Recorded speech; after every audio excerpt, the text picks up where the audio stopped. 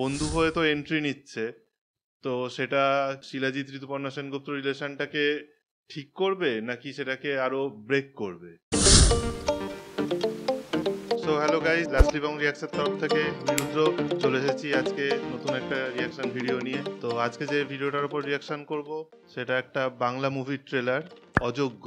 প্রসেনজিৎ চট্টোপাধ্যায় আছে, ঋতুপর্ণা সেনগুপ্ত আছে, ভালো ভালো স্টার কাস্ট আছে এবং কৌশিক গাঙ্গুলির মুভি। প্রসেনজিৎ চট্টোপাধ্যায় ঋতুপর্ণা সেনগুপ্তর 50তম মুভি এটা। তো ফার্স্টে ট্রেলারটা দেখে নিই, তারপরে কেমন কি লাগলো তোমাদের সাথে ডিসকাস করছি।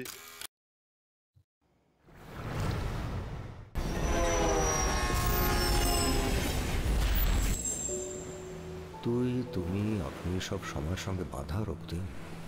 আপনি বাহ, বয়স বললে ব্যাপক ঠিক লাগছে তুমি প্রসেনজিৎ বেচারা। চ্যাটার্জিকে। জানি না আমি আর জানানোর সুযোগ পাবো কিনা। ঋতুপর্ণা কিন্তু সেনগুপ্ত আমার একটু মনের এত ডিপ্রেসড বছরের বোঝাটা অ্যাক্টিং করছে এখন। আমি নামাতে চাই। বাবা, হ্যাঁ? তোমার অফিস ফুরিয়ে গেছে? আপাতত আচ্ছা, শিলাজিৎও আছে। আমাকে না আমার নিজের জন্য একটা সময় বের করে নিতে হবে।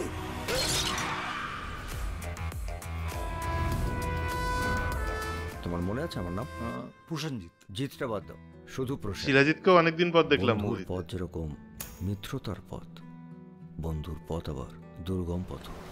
আপনাকে কিন্তু আমার খুব মনে ধরেছে।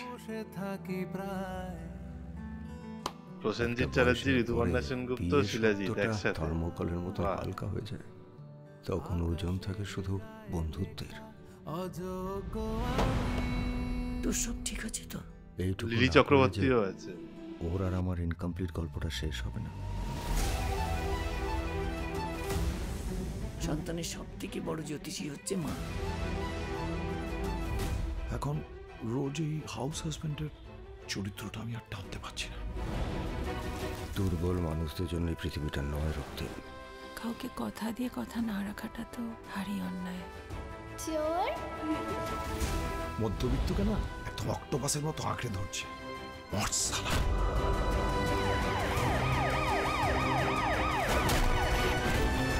বাপরে,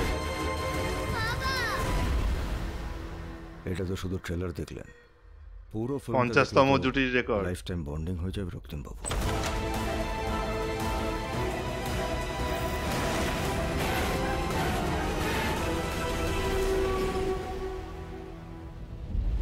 এটা রিস্কি নয় ডার্লিং, এটা রিস্কি, বাহ, খুব বিপজ্জনক খেলা।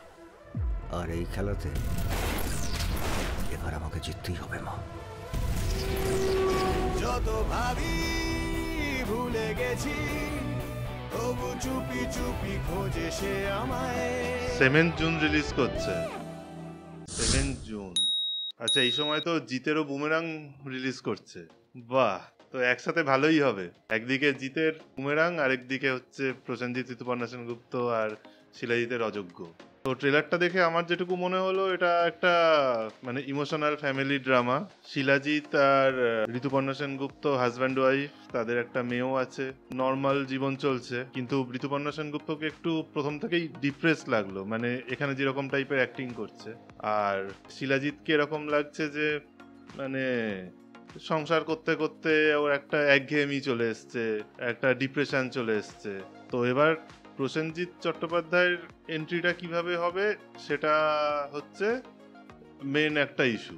যতটুকু মনে হচ্ছে প্রসেনজিৎ চট্টোপাধ্যায়কে শিলাজিৎ বা ঋতুপর্ণা সেনগুপ্ত এর আগে থেকেই চেনে, বিয়ের আগে থেকে বা আরো আগে থেকে চেনে। বন্ধু হয়েই একটা এন্ট্রি, তারপরে আলটিমেট লেভেলে কোথায় যাবে ব্যাপারটা?